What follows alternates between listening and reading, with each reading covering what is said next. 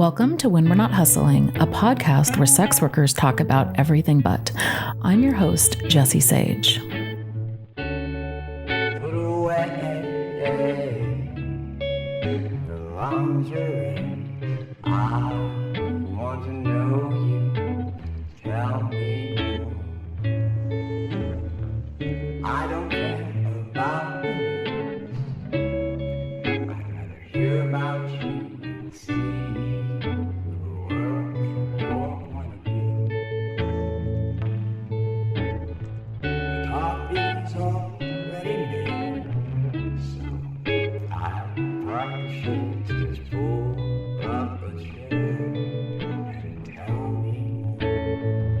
When We're Not Hustling is a weekly podcast that explores the lives and identities of sex workers outside of our work personas, our personal philosophies, ambitions, families, relationships, passions, spirituality, and so much more. We talk about our lives beyond the job, asking, what does the flexibility of sex work allow us to do, and who does it allow us to be?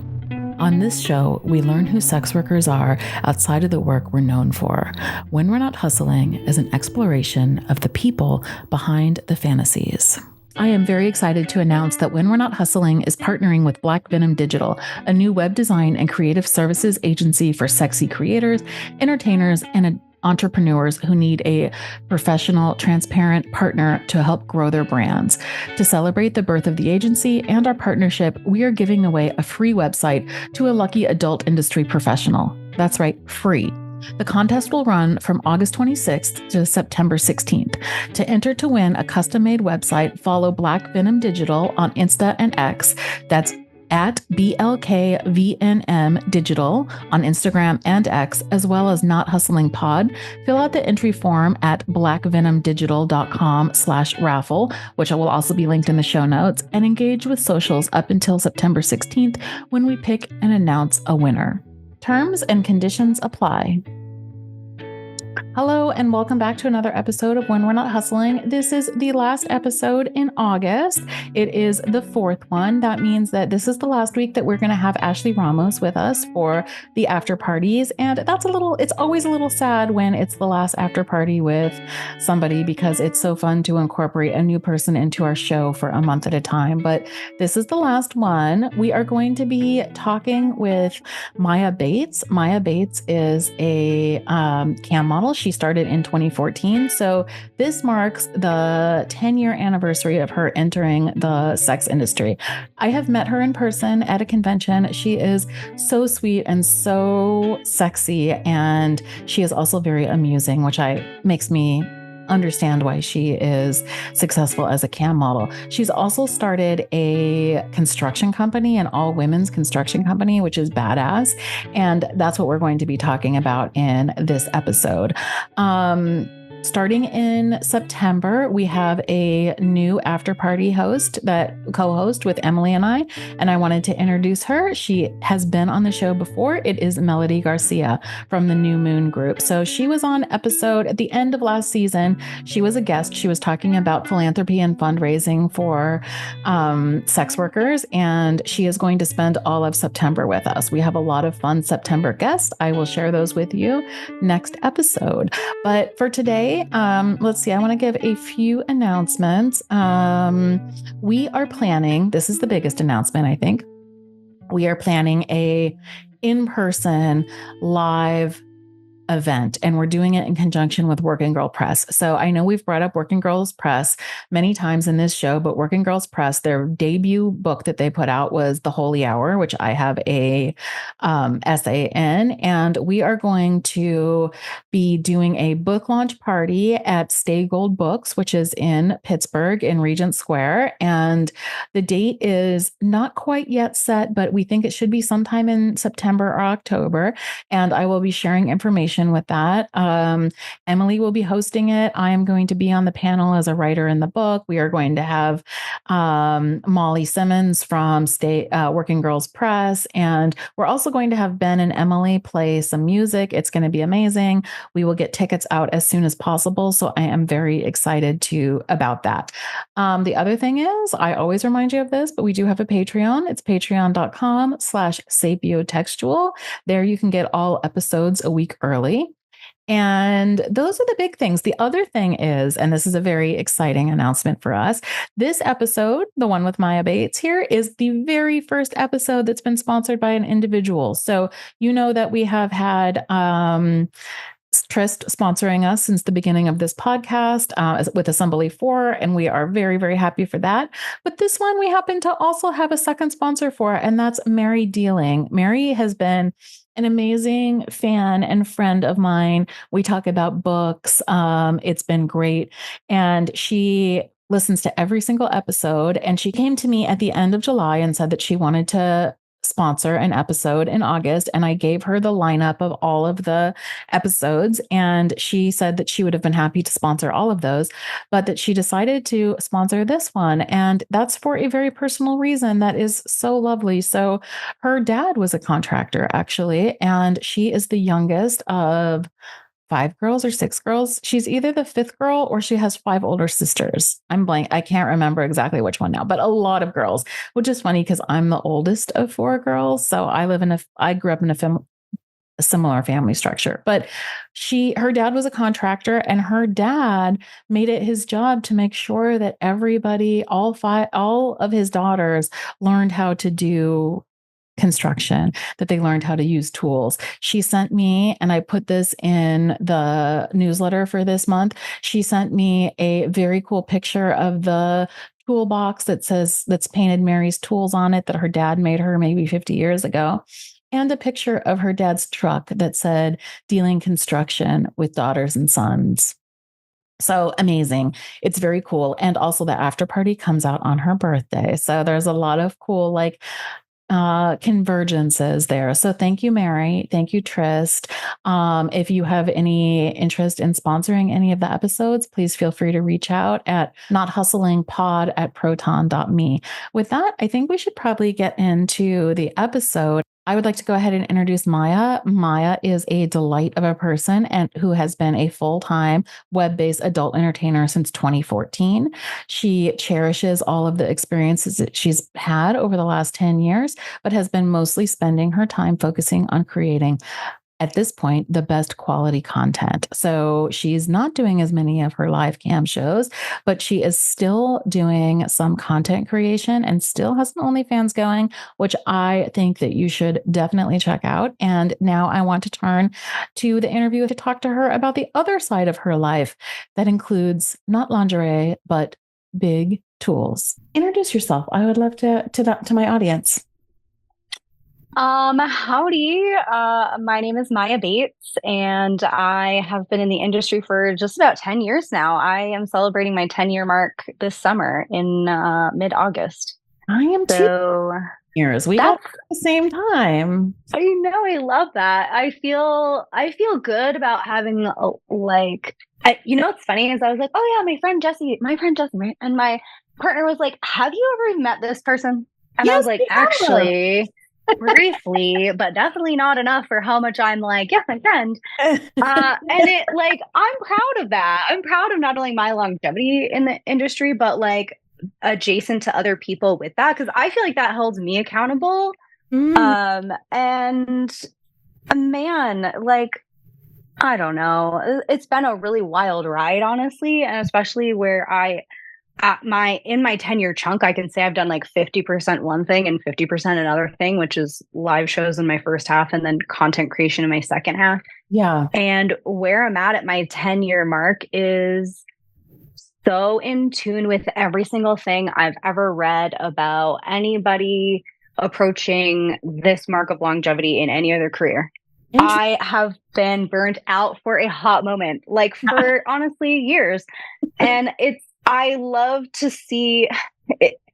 It's so validating for me to be like, yes, this is a career. Yes, this was more than money and like showing up somewhere and doing a thing and getting a paycheck. Like I made this happen for 10 whole entire years, and all of the struggles and all of the adjectives and all of the things that these other people, doctors, nurses, whatever, all the careers are struggling with at their 10-year mark in their career, are you just swap out the career name and I'm right there with you. And that's so validating for me. It's so interesting that you say that, because I was talking to a client last night, and I'm a little exhausted right now. Speaking of burnout, I mean, I had lovely clients, but I worked yesterday a 2-hour shift, like a 2-hour session. And then I had a phone call, like a phone session. And then I had what was supposed to be a dinner date that was going to go from like 6 to 10 or 6 to 11. And he was like, do you want to make this an overnight? And I was like, okay. And so then it turned into like a 10-hour like gab fest. And then I worked this morning too. So I am like I had this dream before we got on. I took a little nap. I was like, I have got to get some sleep. I had a dream that I was interviewing and Emily took over because I fell asleep in the middle. I like literally dreamed that. But anyways, the point of this is that he was talking to me and he's like, actually, I've been following a lot of what like you and your people on Twitter talking about their careers. And he's like, you guys have all the same things as like everybody else in every other industry. And that's so true. I mean, it is. It's an industry. It's a career. Like we have all of the same, like not the same, but very similar like dynamics. And we have to like keep changing our businesses. I mean, we have other extra stuff that other people don't have to deal with. But it is interesting he's like, I used to work on Wall Street and I feel like you guys deal with some of the same shit because you're all like independent workers working like in conjunction with one another. And I was like, that's interesting. I never really thought about that. There's so many interconnected interpersonal relationships too. Mm-hmm. And like, I don't know, I have always, regardless of live shows or content, in the behind the scenes time of my offerings, I suppose, something that I've always done and sort of excelled at, I suppose, is long-term companionship. Mm-hmm. And so that those clients, I don't know what we're calling them. I don't really have a name for them that feels right, if I'm being honest. Because they're just not really that to me, because I truly miss them, like when they're not around, the ones that whomsoever I'm, let's say, like in a rapport with, I talk to them every single day, like all day. They are the ones that give me my tether to what so many people in other fields are doing. Because if I had like a spreadsheet of what all of my primary folks that I deal with do, I've got like one of everybody. So I get really interesting snapshots of different industries and different income brackets. So it's really, I honestly feel so otherworldly sometimes when people are like, so what do you think about this thing? And I'm like, well, from whose perspective? From mine? From the upper class, from the middle class, from the lower class, from a different country? I mean, who are we talking about here?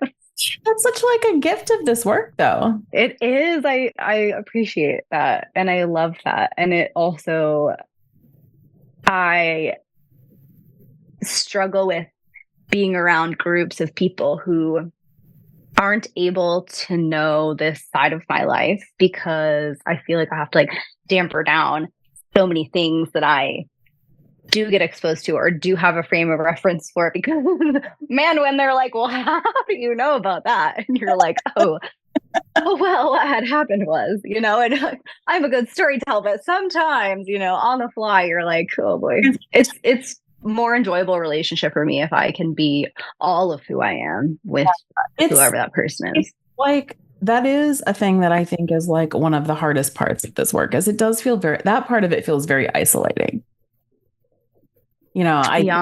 I think I've had that experience so many times, like, and funny things too, because I do mostly in-person work right now. And my father-in-law the other day was telling me about how hotel prices have like gone up. And I'm like, interesting. You don't say. Okay. And then he's telling me, because there's a upcoming wedding, like a family wedding. So he's like, you really should book that because blah, blah, blah, blah, blah. And you don't know. And this is how this works. And I'm like, I'm a Titanium member. I'll be fine. Like, I know how to book a hotel room. I'm going to have a better suite than the bride and groom to you, but like, don't tell them that. Yeah. So anyway, so you've been a content creator for 10 years. Tell me, I am interested in what you're saying, about where you found yourself now. Like, how do you feel about your work now at 10 years, besides burnt out? I feel like I'm phoning it in 110% at this point. I have reduced what it is that I do to such a bare bones business model, which is like one new solo video per month to my subscription site, whatever I feel like posting to Snapchat or not, if I feel like taking one-on-one sessions or not. And that's like, pretty much it. Because I am so often running in other directions. Like, I used to joke about this, and now it's very much part of my reality. I used to joke like, oh, just, take your dirty slut money and turn it into something that's not. And I actually do that. And basically I used about a year of my time to, instead of put money into new laptops and new equipment and new costumes and whatever, I bought myself some new tools and, things of that nature. And I started a construction company. So I'm like... And what are you doing? I want to hear all about this. So I bought my home right in the nick of time. And I'm sorry, I apologize. It's going to be triggering for people. I bought my home and my interest rate's below 3%. Oh. And mine's like 4.25, but everybody else's right now is like 16. So a gajillion. So if that tells you about the time frame when I bought my house, and I bought it knowing that it needed updating and work, and my plan was to learn about every system that went to a house so that I could manage my own home and then buy another one as a way to do a couple of Airbnbs in my town and have some passive income. Well, that's not how that ended up playing out. But at any rate, I did renovate my house and I hired a contractor, which was a challenge in and of itself. And I won't say that he was inappropriate with me, but he was a man and he was a challenging individual. So my own experience being difficult, even though it could have been so many other bad things, I made an emphasis to put an emphasis on assisting him and really expanding my knowledge. Every time we would do a project, I would research it beforehand so that when we were doing it, I would know that I thought he was going in the right direction, that I felt was correct after my research. And then that after I did, I would be confident in doing it again by myself. And then during that process, also met this amazing chick. I'm so obsessed with badass chicks. Oh my gosh, badass chicks are my fave. They would have been all of my top peeps on MySpace, I'm telling you right now.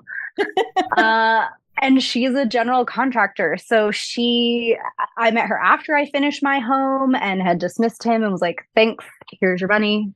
It was great. That was very frustrating. Let's not chat for a while. And she was like, well, wait a minute. She asked me like a real simple question about water softeners, and I went off about it because water softeners are bad. And she was like, wait a minute, why do you know all this stuff? You're so pretty. Like, what? What is happening? This is weird.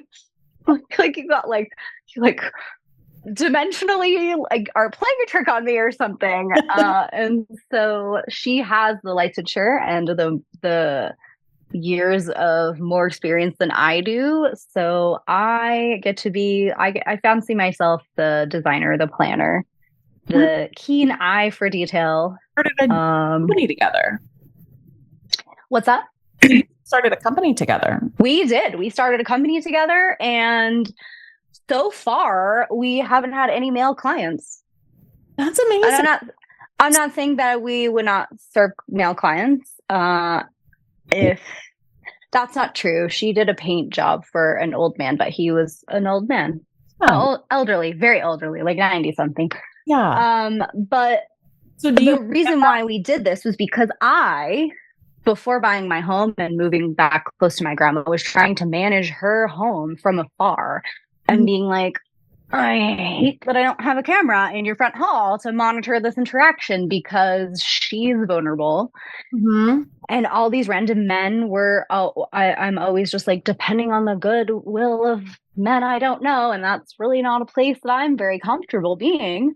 Yeah. And so my town is a town that was like highly advertised around the time my grandparents retired here. We have great weather. It's a dry desert state. So we have like a lot of days of sunshine and whatever. So right now, we're going through this wave of a lot of the men have passed away first of all these like couples that retired here. And so I have this huge population here of widows whose husbands, because of their generation, did everything for them. Like, that's my grandma's story. She didn't know how to balance a checkbook. I'm like, oh, good grief, sit down. Online banking at the day, Jessie. I'm teaching her how to use a laptop. We started with a Chromebook. Felt like that was going to be the easiest thing. Okay, open up a new window. How does opening a window have anything to do with this computer? And I was like, oh, shit. Wow, she thought you meant like a window? If you never sat down at a computer before, that would sound like the craziest thing you've ever heard. Like, and I do sympathize with that. It was a challenging experience, but anything and everything that you could offer as a service, like there's a need for it out there. And so we really found our niche being like, I love doing little upgrade projects. Sometimes it's that, the bathroom really is needing to repair, but you could also make it look prettier and more functional for you while we're here. And I love offering that to a vulnerable population, I suppose. Like, we've got all kinds of people who just can't take those chances, and I don't want them to have to. At the very least, getting ripped off of your money. I mean, if we're not even into like the whole thing where we're talking about safety, we're just talking about like their trustworthiness and whether they have any accountability whatsoever, and they don't. Right. Yeah. And there are men going into strangers' houses and having a lot of access to those houses and the things that are in the houses, and people when they're sleeping, maybe, and just a whole host of things. That's so interesting. So tell me what a typical day looks like for you. Ooh, it's actually pretty luxurious. I am in my era of, I figured out scheduling. Okay. I don't work 7 days a week. It's the craziest thing. A typical day, I like get up with the sun. I go walk my dogs, take a shower, and like start my day from there. And whether that's like estimates or actually going to a job site, depending. My partner travels for work, and so during the chunks of time when they're gone, I schedule jobs and such. So I really get to like be off when they're home. That's nice. It's great. It's really like it's gelling. It's that's so nice. It's pretty groovy. Pretty groovy, actually. So what do you like to do? The actual, because I have seen many pictures of you on Twitter doing construction stuff. Do you do a lot of that yourself? I do. I do. My favorite job on the job site is tiling. I love a fun tiling project because it could be, no matter what, it's going to look great, right? So no matter what, I think there's always a big wow factor when you get done with a tiling project.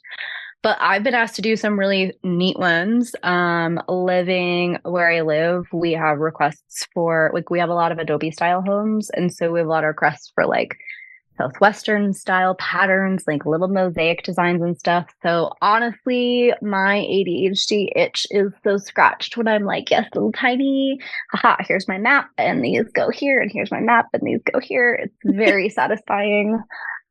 I don't love being dirty, but it's so satisfying for me, the outcome of it. Does it feel good to have something like done at the end of the day where like the work you were doing with Maiia is so like ephemeral? You're like, I don't know, there's digital files for you to have. Does it feel more concrete? I guess that's what I'm asking. It does. It does. And it feels no shade to my adult supporters, but when somebody calls up and they're like, hey, I saw this thing that you did for Marilyn in her bathroom, and it's so beautiful, and I just, I really want you to come over here. That is like, they're not like telling their friends like, hey, go get your rocks off to the same chick that I'm into. So like, I don't get that referral appreciation. So that's really nice. Like, even though I know my fans or whatever we're calling them appreciate me, I know they do, but that's a different level of like, yeah, I did a good job. People are like calling because they want that too. What? My goodness. Yeah, that is interesting because we are like one of the few businesses where like the people who love us like don't go and tell all of their friends to hire us. Absolutely not. No, I in fact was like and it's like hard to run a business that's everybody's secret. Yeah, right. Yeah, that's a weird, especially when all of our media is just detonating every other day. How do you even tell people you do this thing? It's getting to be like, I don't even. Yeah. Do you think that let me ask you this. Do you feel like the excitement that you had at the beginning with your Maiia stuff, you feel that in your construction stuff now? Because you had to put a lot of time and energy. You couldn't coast at the beginning of your adult career. No, the first couple years of my adult career were really intense, for sure. I was not the type of cam girl that logged in, and we could certainly open the floor for debate about whether luck plays a part in it and whatever. And I'm over that chat. We've had it, but I didn't have that. Whatever we're calling that these days, that initial, like, very successful whatever in the beginning, I didn't have that, but I wasn't not necessarily like there kind of too, and like donkey paddling my little happy ass along, like trying to keep afloat. It was a different website then. Like, you cannot compare the experience of what was happening then to what is. I'm not really sure what's going on. I'm actually going to go back a tiny smidge. Are you? Yes, to please. Live shows. Yeah, you are. I am. I have such a hard time keeping all my worlds separate. I really do. It stinks. The stinker. I hate it. I'm not good at it. And so I want to show them. I bought a camper, bought a vintage 1982, 83 camper. And I've already renovated like half of it. And so now that the really messy part of it's over, I'm actually going to bring them in for some of the more detailed, like, oh, that's fun. Finish work so they can watch it, and then I'll make a bunch of porn in there, and then I'll sell it. Yeah. So I like having them be part of it. I don't think they believe it. I'm like, you guys see how dirty I am on Snapchat? What do you mean you don't believe me? Weird.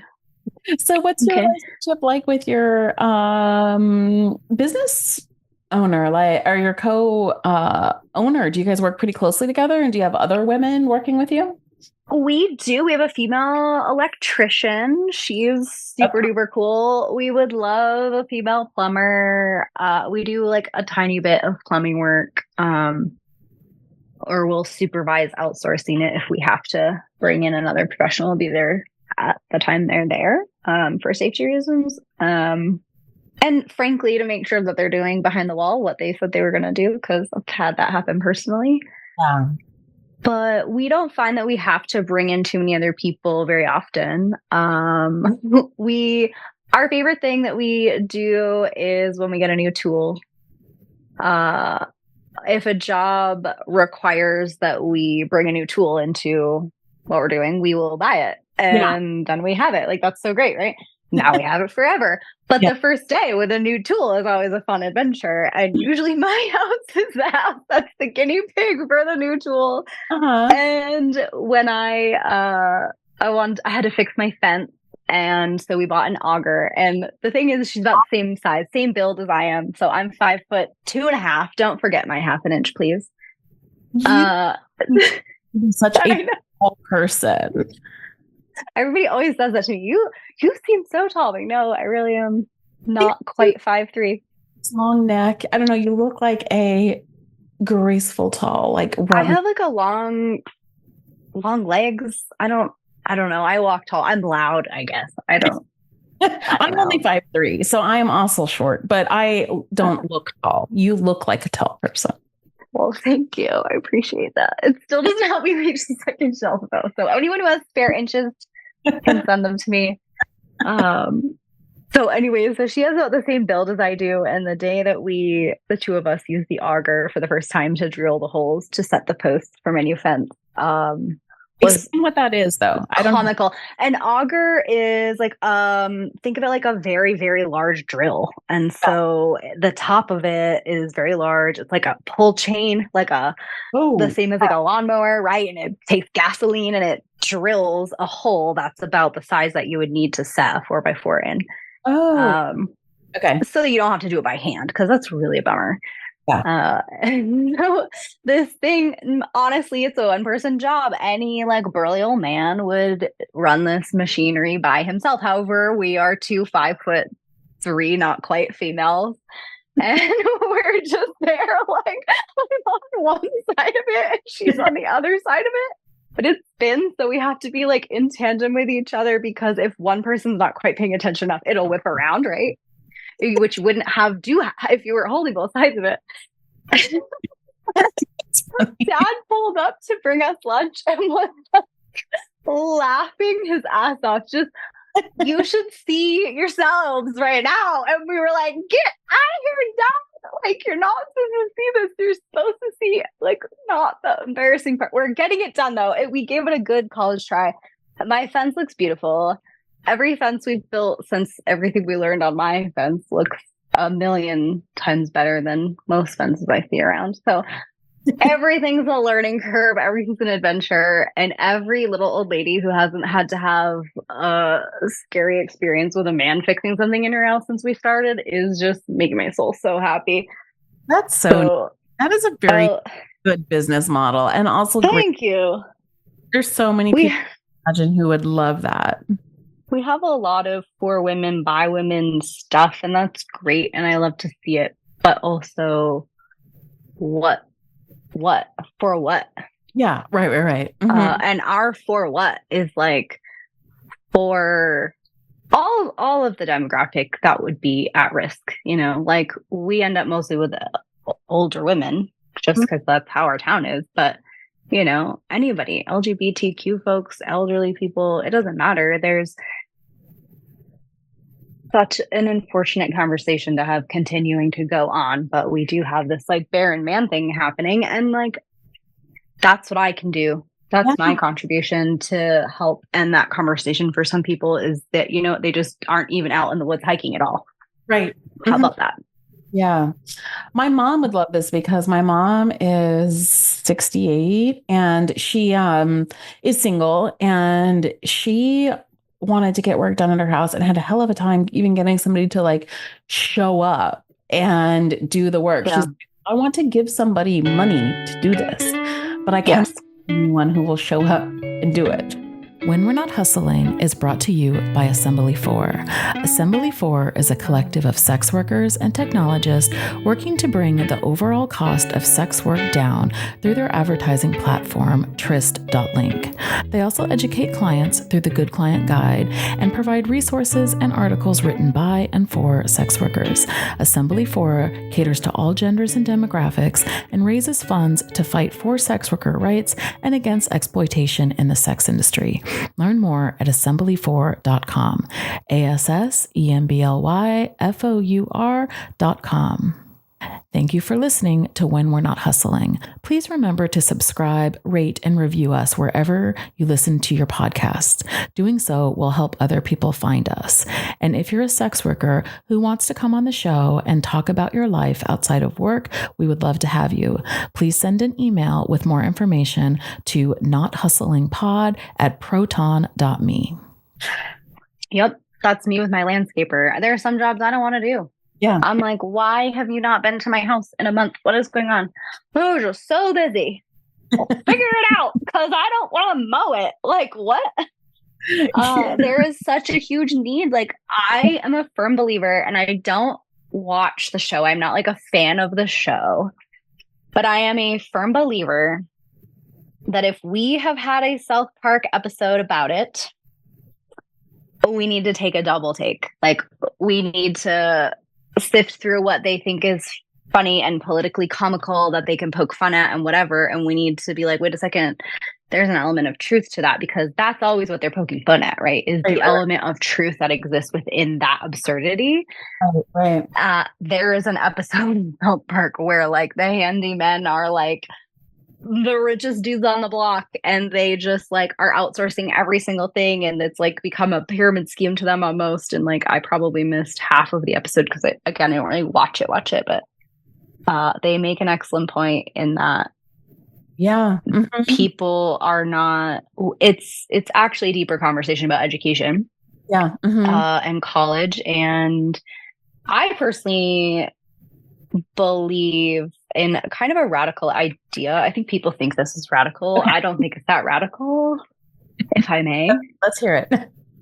I think we actually could include college tuition for people. I think that exists in the vocational sector. Mm-hmm. So I think that if we extend our public education from, high school beyond into include 3 more years, I'm being generous, 3 more years. Yeah, no, so we actually in turn raise the age of adult to 21.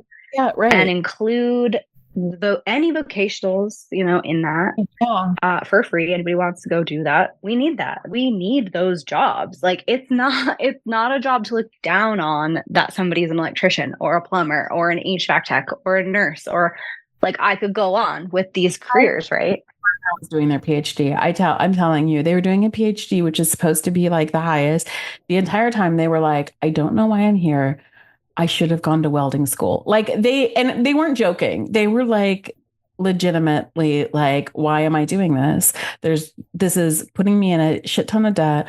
I'm not going to make a ton of money when I get out of it. And I could be working and building a career, but instead I'm in this perpetual adolescence until I'm 35 and don't have any practical skills. I mean, they actually are a very skilled person, but like, that's all self-taught. Like, they, were like, and the fact that like we've spent generations, like, I totally agree with you, downplaying the trades as something that's like not, looked down upon the trades is, I guess, the way I want to say that, is a problem, because now there's nobody to do anything. That's absolutely happening, 100%. And then it's almost too late. We saw that during COVID. We did not have enough nurses, right? That was not a good, oops-a-daisy. Are we going to get caught slipping again? Probably. Right. So I think there's an opportunity I think we're old so long. We're adults so much longer than we are youths. I think extend youth. Let the youth be youth. Make parents be responsible for their youth. I found a stray youth on the streets the other day. Oh, what if it's 9 a.m.? Do you know where your child is? Like, I'm constantly just shocked at like what all is going on. My goodness. Yeah. And also though, like, we know that brain development doesn't end until your mid-20s. And so the fact that we're considering everybody adults at like 18, when you don't actually even have like the reasoning skills to be able to be an adult, we should be doing that training. I agree with you. Because I don't think we should make 18-year-olds decide like what they're going to do with the rest of their lives.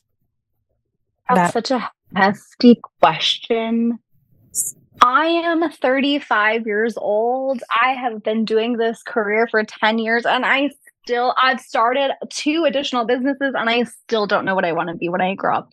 And the amazing part about that is the freeing realization that I actually don't have to have that figured out, because whoever elected themselves like a chancellor of whatever and decided this linear path that we all have to take in order to achieve life, happiness, right, self-consciousness, like I don't know what, but they were speaking for themselves, right? And so many of us need to let everybody speak for themselves and be like, actually, this is what's for me and that's what's not for me.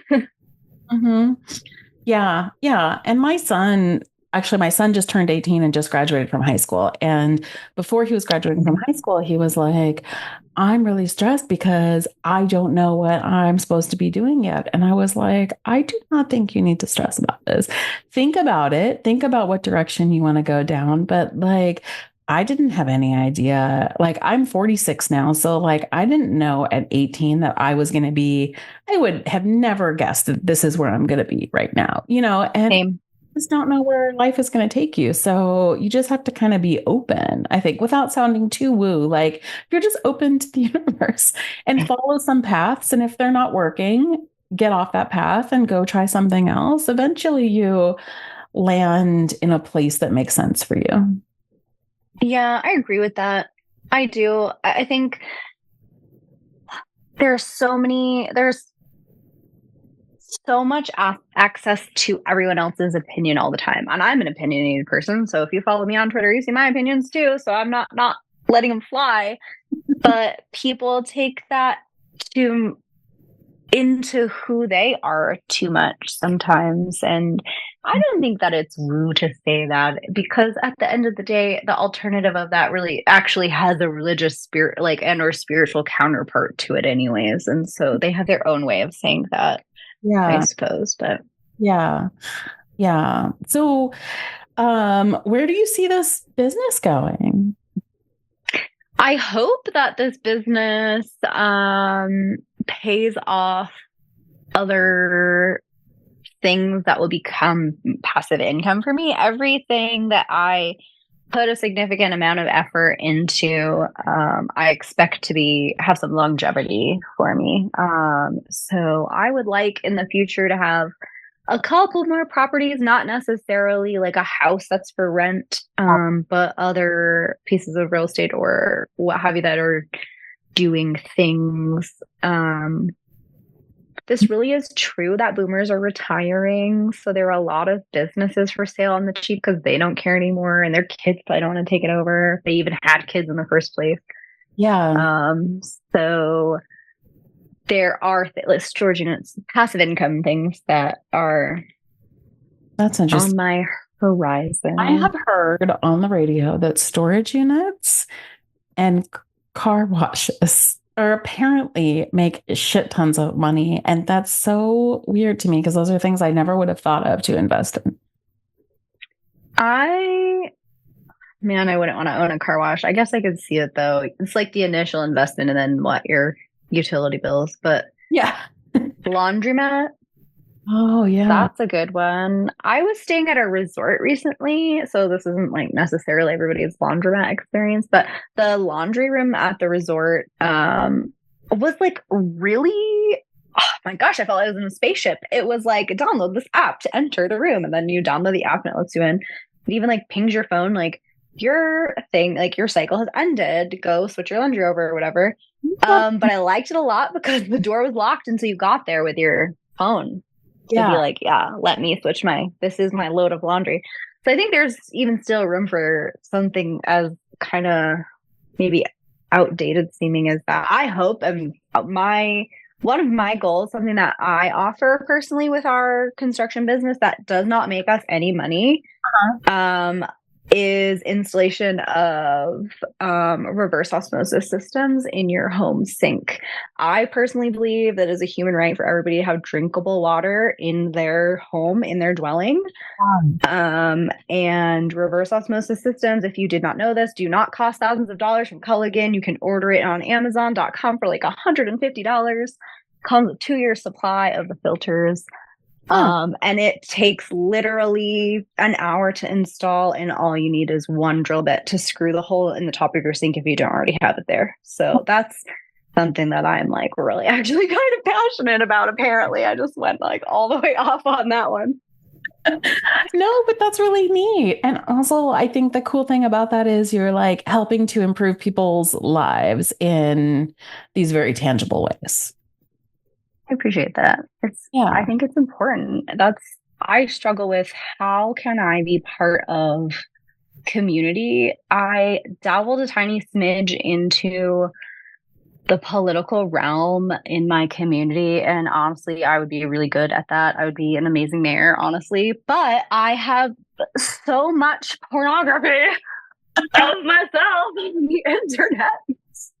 So I had to pull back from that like almost immediately because I was like, I do think there's enough imagery of me that I would be quite easily reverse searched. And that's just not something that I want to deal with. So how else can I, with whatever skill sets that I have, contribute to what is community? Without. And there's so many different ways. It's like going back to I feel like this is a full circle moment going back to when we're talking about like trade school and college and all these different paths. There's also a lot of different ways that we can contribute to the world, and you don't have to do it in these like very specific ways, like contribute to your community and contribute to the people that matter. And you can, there's many ways to do that. For sure. And if you're yet to be seen, old ladies, one sink at a time. You've got to help out the old ladies in their sinks. Oh my goodness. I like to end every episode with 3 questions. So the first one, what are you reading?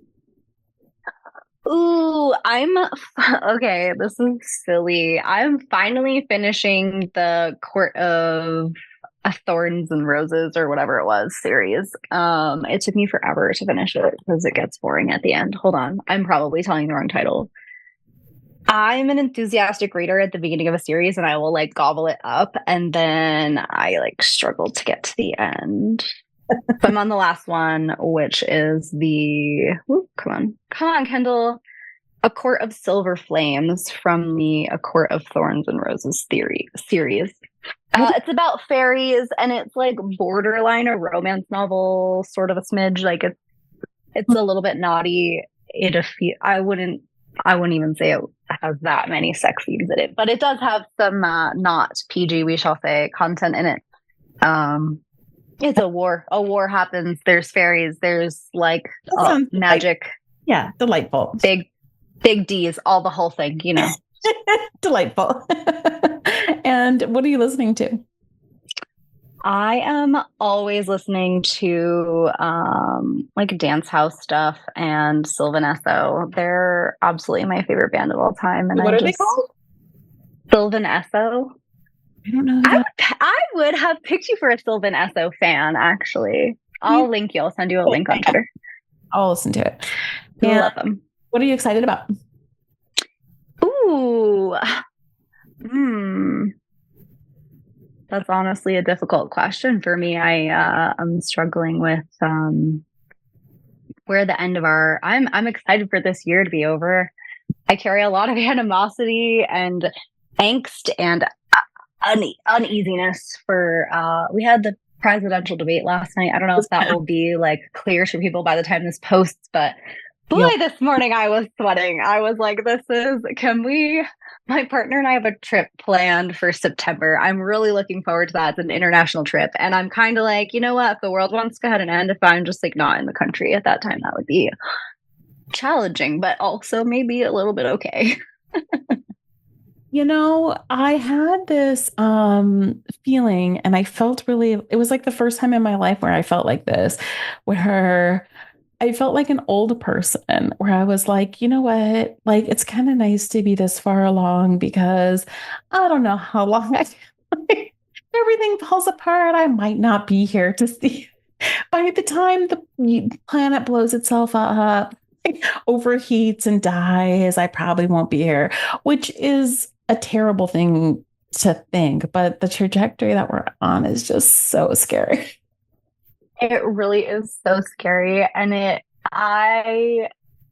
this past like year had an immediate crash into an understanding of why luckily when I was growing up, knew my great grandparents on both sides. Why my great grandma would just like, you'd look over at her at like Thanksgiving, she's like weeping, I understand that deep inside my soul, and I don't think I'm old enough to. And that's me. Like, literally, don't take me to any movie. I'll find a weepy moment. I will, because I'll be like, when I'm dying, like, I'm going to remember this was an important moment. Like, and why the heck? Why the heck? Yeah. I was listening to, I like stand-up comics, and I was listening to the stand-up comic the other day, and he was saying something like, he's like, yeah, I can't even listen to my grandparents anymore who are like, when I was your age, I had to walk like up, up in the snow, uphill both ways to school. And he's like, when you were my age, like you could go outside. We're dealing with different problems now. I don't even want to like talk about it. I follow an account called Millennial Misery. I am borderline an elder millennial. Mm-hmm. And it's like half the time it's not funny. Yeah, half the time I'm like, this is too real. Stop. Time out on the field immediately. I need 2 to 3 business days to process that. Thank you. I'll be in my office. Yeah, I mean, I don't like to end on this note, but I'm afraid of this election. This is bad. All the options are bad. I'm so sorry to end on a note. It's a note. I will give an optimistic take. I am optimistic that everyone will get it together and be like, the American people deserve better than this, and this, and here we go.